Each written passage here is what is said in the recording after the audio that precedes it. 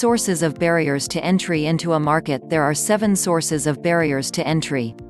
Economies of scale. These are declines in the unit costs of a product as the absolute volume per period increases. These force the entrant to either come in at a large scale, risking strong reaction from incumbents, or a small scale, forcing a cost disadvantage. Product differentiation. Incumbents have brand identification and customer loyalties. This forces entrants to spend heavily to overcome these loyalties.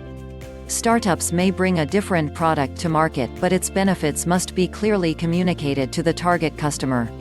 Startups must find an effective positioning, which often requires marketing resources beyond their means. Capital requirements. These are the financial resources required for infrastructure, machinery, R&D, and advertising. Startups may get around capital requirements by outsourcing parts of the operation to companies that can leverage existing investments. Switching costs. These are one-time costs the buyer faces when switching an existing supplier's product to a new entrant, for example, employee retraining, new equipment, technical support. Access to distribution channels. This can be a barrier if logical distribution channels have been locked up by incumbents. Cost disadvantages. Independent of scale, incumbents may have cost advantages that cannot be replicated by a potential entrant. Factors include the learning or experience curve, proprietary product technology, access to raw materials, favorable locations, and government subsidies.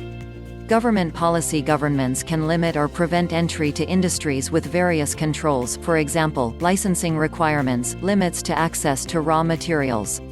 Startups in highly regulated industries will find that incumbents have fine-tuned their business according to regulation.